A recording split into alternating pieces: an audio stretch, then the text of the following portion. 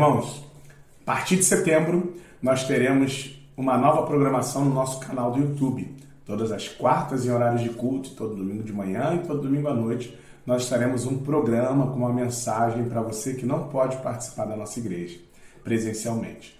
Hoje nós estamos fazendo culto ao vivo através da internet, mas a partir de setembro nós estaremos com programas nesse horário. Sempre com uma mensagem para a semana, uma mensagem para o coração, um tempo de oração, um tempo de louvor, mas não será mais ao vivo, apenas o chat.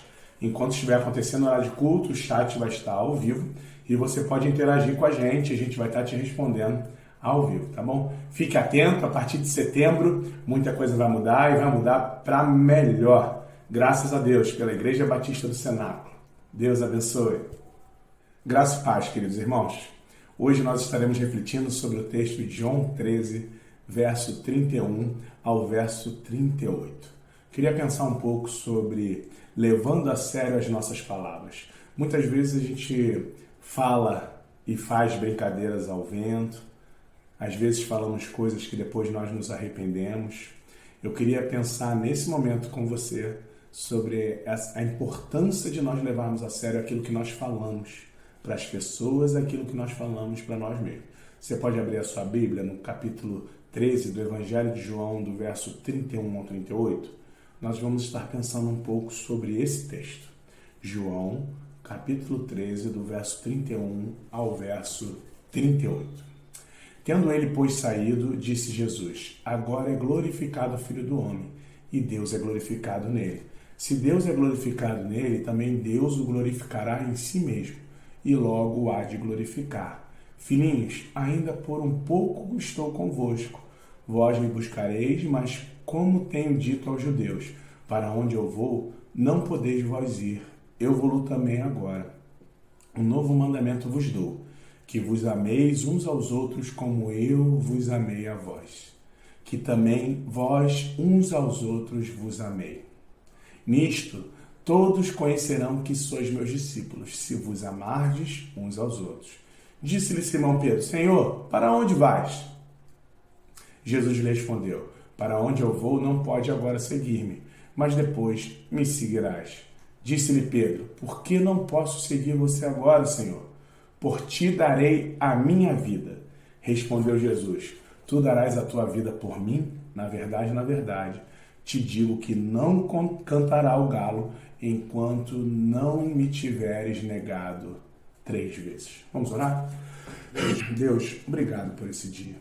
Obrigado porque temos a oportunidade de, nesse momento, buscar o Senhor em oração e através do entendimento da Tua Palavra. Quero te pedir, em nome de Jesus, que o Senhor nos visite e que o Senhor nos ajude a compreender como devemos agir.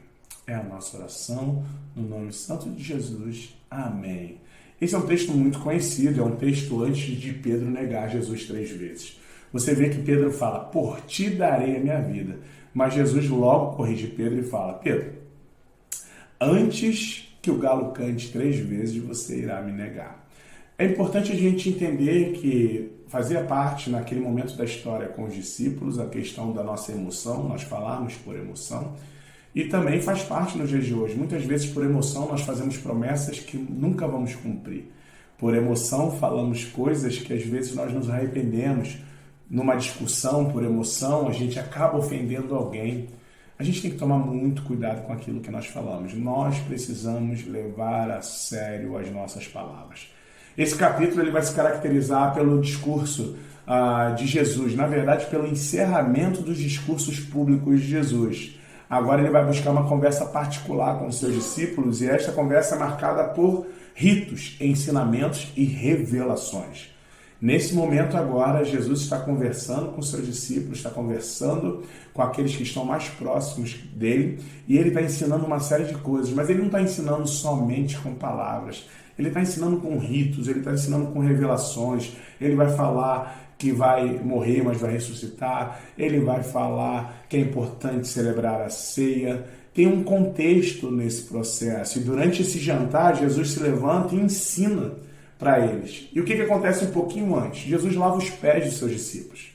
E isso traz uma crise nos discípulos, porque ele é o mestre. Como é que o mestre vai lavar os discípulos? Tem um livro antigo que vai falar sobre isso, sobre liderança, odres novos e vinhos novos, alguma questão assim, mas ele vai falar justamente na capa tem Jesus lavando os pés dos seus discípulos. Isso traz uma crise para eles. E nesse mesmo contexto que Jesus está mostrando a liderança serva para eles, Jesus também afirma que ele vai ser traído e os discípulos não conseguem entender na hora. Jesus está ali com eles, falando a verdade, falando o que vai acontecer, mas eles não conseguem ter sabedoria e entendimento para compreender o que Jesus está falando naquela hora. E Jesus afirma também que vão negar que eram discípulo deles, né? Pedro, nesse momento, recebe alguma visibilidade porque Pedro fala, não, por ti eu vou dar minha vida, Senhor. Por ti, isso já foi até campanha de missões. Tema de campanha de missões. É interessante porque essa afirmação ela é corrigida por Jesus e depois a gente usa isso para campanha de missões. Por ti darei a minha vida.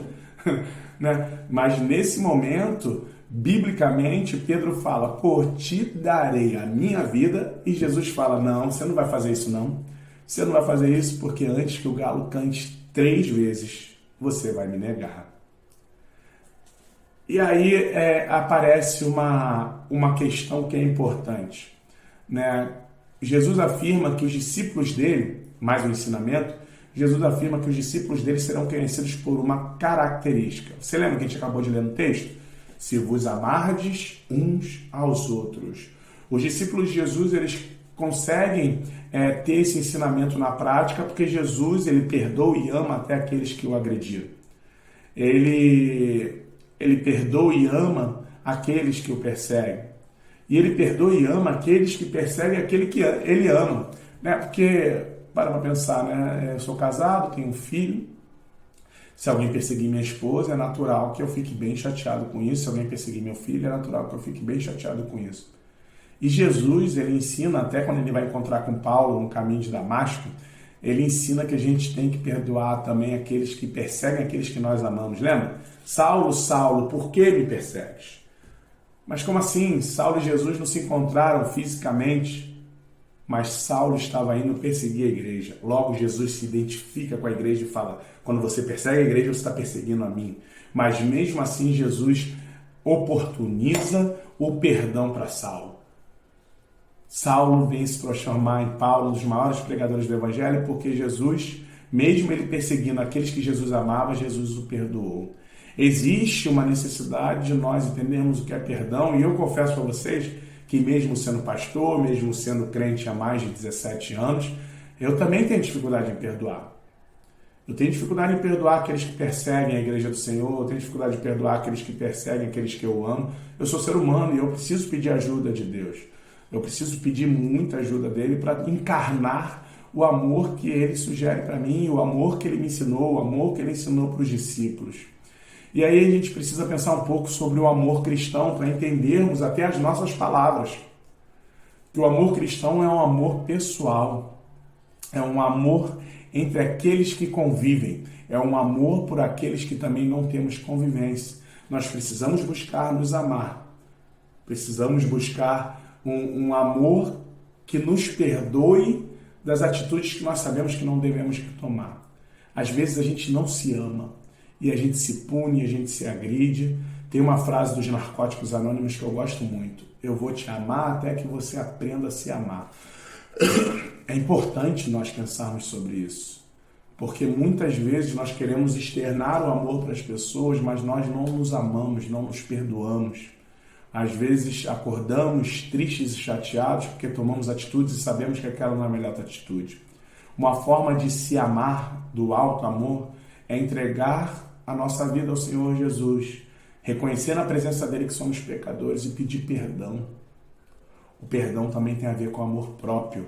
Quando nós reconhecemos quem somos para Jesus e pedimos perdão para ele, para que ele nos ajude a sermos diferentes. Eu demonstro amor para mim não só quando eu perdoo as outras pessoas, mas também quando eu me perdoo. Quando eu me perdoo e tento não cometer mais aquele erro que tanto me agride. O amor entre aqueles que convivem. Uma coisa importante também, às vezes nós estamos na igreja e nós botamos a nossa melhor roupa, levantamos as nossas mãos, cantamos, temos um texto bíblico para toda a situação, mas a gente não dá nem boa noite para o irmão na igreja, não dá nem bom dia, a gente reclama de tudo, a gente não está ali para somar, a gente só vê defeitos. Meus irmãos, como é importante demonstrar o amor também com aqueles que nós convivemos, com a nossa família, com a nossa igreja, no local de trabalho. Demonstrar amor tem a ver com suportar também. A Bíblia vai falar que muitas vezes nós vamos ter que suportar em amor e não entrar em discordância, não entrar em questionamentos. Às vezes se calar também é uma atitude de amor. Orar por aquilo ao invés de discutir ou tentar nos defender é uma atitude de amor. Mas também existe a ideia do amor por aqueles que nós não convivemos. Em alguns momentos da vida você vai encontrar com pessoas que você nunca mais vai ver, mas vai estar claro para você, no seu coração, que aquela fala, que aquela atitude que você está tomando é uma atitude de amor por aquela pessoa. Perceber que alguém está com fome e dar uma comida, perceber que alguém está com frio e dar um vestimento, perceber que a pessoa só precisa ser ouvida, mesmo que ela não te conheça. Engraçado que a gente aqui no Rio de Janeiro tem isso, né? A gente fala com todo mundo, ouve de todo mundo, e às vezes uma pessoa só quer encontrar um ouvido que a ouça atentamente. Às vezes ela não quer saber a nossa opinião de nada. Ela só quer um ouvido emprestado para que elas possam conseguir desabafar aquilo que elas estão sentindo. Nós temos que demonstrar amor também pelas pessoas que nós não conhecemos. Isso é muito importante. Jesus está falando, vocês vão ser conhecidos como meus discípulos se vocês aprenderem a se amar. Se vocês aprenderem a conviver, apesar das diferenças. Eu falo para o grupo de líderes que trabalha comigo na igreja, nós lideramos pessoas diferentes de nós.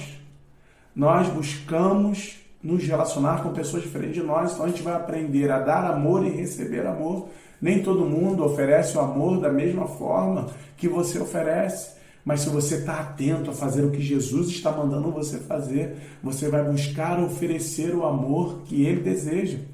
E, gente, eu participava de uma palestra uma vez com um pastor americano, e ele falou um negócio que eu fiquei meio chateado, mas que é uma verdade. Ele falou, muitas vezes nós vamos discipular pessoas que nós não temos afeto.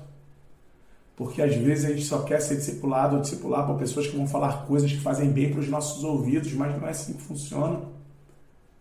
Às vezes precisamos falar e ouvir pessoas que vão falar justamente aquilo que eu não quero ouvir, mas é importante porque Deus quer falar isso para mim. E essa pessoa vai ser usada por isso, porque ela não está embebecida pela emoção e com medo de perder uma amizade, ela só quer fazer a vontade de Deus. Quando nós amamos como Deus quer que nós amemos, nós vamos fazer a vontade de Deus. E muitas vezes fazer a vontade de Deus é exortar alguém, é chamar a atenção de alguém, é falar, você está indo para o caminho errado. Você não pode seguir esse caminho de traição, de mentira, de roubo, de assalto. Você não pode fazer isso. Deus levanta profetas, não é para que as cidades sejam carinhosamente ensinadas. Os profetas no Antigo Testamento eram boca de Deus porque eles denunciavam o pecado do povo.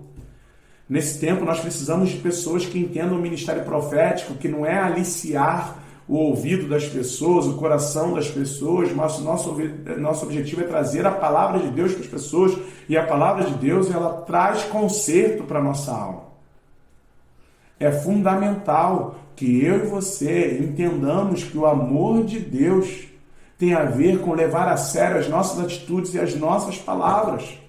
Pedro está falando, por ti darei a minha vida, mas Jesus sabia que no primeiro canto do galo ele já ia falar, não, eu não sou discípulo de Jesus. E Pedro ele está preocupado, então a gente precisa levar em consideração o entendimento de Pedro naquele momento. Pedro está preocupado em acompanhar a Jesus. A preocupação de Pedro naquele momento é estar perto de Jesus, acompanhar a Jesus e não ouvir o que Jesus está falando. Às vezes a gente está tão preocupado em estar perto dos movimentos que falam de Jesus que a gente não percebe o que Jesus está falando para a gente. Pedro promete algo a partir do medo da perda. Ele usa as palavras a partir das suas emoções. E por causa do medo da perda, ele fala, eu vou te dar a minha vida. Ele está com medo de perder Jesus, de sair da companhia de Jesus. A promessa de Pedro tem limitações que nem ele compreende. Ele faz uma promessa que é precipitada. Cuidado com as promessas precipitadas, meus irmãos. Cuidado quando nós falamos que vamos ajudar as pessoas e nós não estamos preparados e nem temos condições de ajudar as pessoas.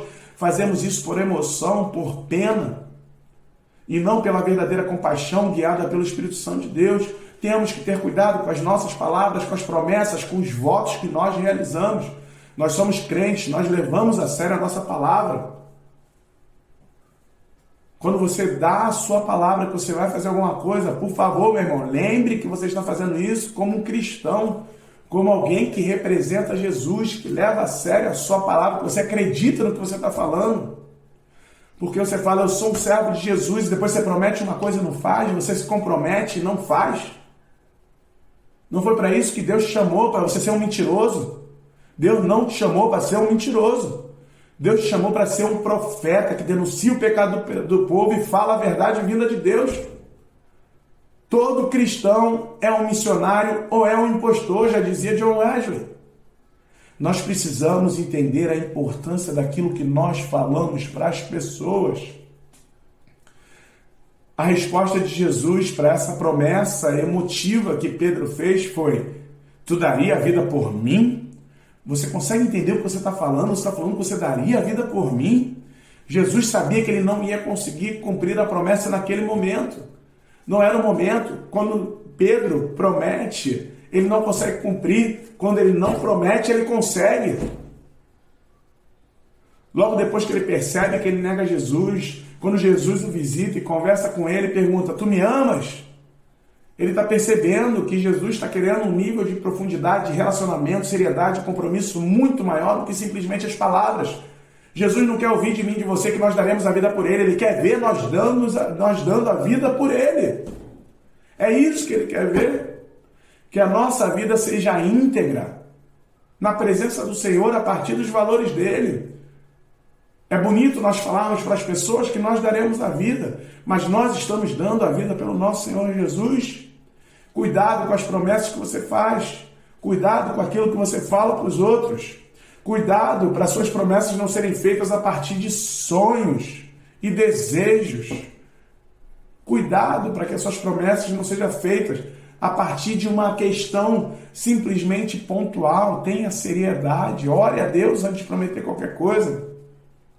Parece que a gente vive uma adrenalina de botar na conta de Deus. Eu vou prometer isso porque Deus não vai deixar eu ser humilhado. Senhor, o seu servo não será humilhado.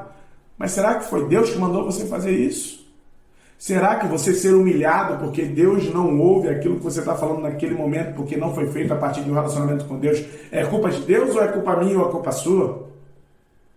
O Senhor nos conhece além das nossas palavras. Ele sabe que quando nós estamos falando, se aquilo é verdade ou não é. Ele permanece fiel apesar da nossa infidelidade. Deus é fiel. Apesar de muitas vezes nós falarmos coisas que não deveríamos falar. Lembra de 2 Timóteo capítulo 2, verso 13? Se formos infiéis, ele permanece fiel. Ele não pode negar-se a si mesmo. Ele é fiel. Nós temos que aprender com quem é fiel. Nós temos que aprender a ser fiel nas nossas palavras, no nosso compromisso com Cristo, naquilo que nós nos comprometemos. Quantos presentes Deus tem nos dado para que possamos servir melhor o Senhor na sua casa, na sua obra. E a gente tem guardado isso para a gente apenas para ganhar dinheiro, apenas para ter uma boa vida. Meus irmãos, não caia na tentação do diabo de você mentir, utilizando, de mentir a partir daquilo que você está sonhando e desejando. Não, faça o que Deus está mandando. Para de tentar viver uma vida de desejos e sonhos que não foram dados por Deus. Provérbios 19, 21, muitos planos há no coração do homem, mas o seu realizar está em Deus. Aprenda a fazer planos na dependência de Deus, porque se não for de Deus, não vai acontecer. Leve a sério aquilo que você está ensinando para as pessoas, aquilo que você está falando para as pessoas, aquilo que você fala de Deus para as pessoas, porque as pessoas estão ouvindo o que você está dizendo, mas elas também estão vendo se você vive aquilo que você fala. Meu irmão, Deus deseja que a nossa igreja, que a nossa vida realmente seja fiel àquilo que nós falamos para as pessoas. Eu preciso aprender a falar só quando Deus manda e a falar apenas o que Deus manda. Que Deus te abençoe. Que Deus me abençoe. Que Deus nos ajude a levarmos a sério aquilo que falamos para outras pessoas. Que Deus nos abençoe. Que essa palavra possa ter falado ao seu coração. Meu pedido nesse dia para o Senhor é que Ele nos ajude a reconhecer onde estamos errando e que não façamos que nem Pedro, que falemos apenas pela emoção ou pelo desejo de acompanhar a Jesus, mas que tenhamos um relacionamento profundo com Ele, ao ponto das nossas palavras serem as palavras dele, das nossas postagens nas redes sociais serem palavras do nosso Senhor. Que nós saibamos amar a nós, a quem está perto e a quem está longe também, com o amor de Jesus. Vamos orar? Deus, muito obrigado pelo tempo de hoje. Obrigado pelo teu cuidado sobre as nossas vidas. Eu quero te pedir, perdoa os nossos pecados e nos ajuda a servirmos ao Senhor de forma que o Senhor se agrade. Que as nossas palavras, que as nossas postagens, que as nossas posturas possam acontecer e possam ser um reflexo de um relacionamento profundo contigo. É a nossa oração em nome de Jesus. Amém. Meu irmão e minha irmã, que você possa ter um restante dia na presença do Senhor. Que essa semana que está se iniciando possa ser uma bênção para você, para a sua família. E que em tudo possamos glorificar o nosso Senhor. Em nome de Jesus. Deus te abençoe.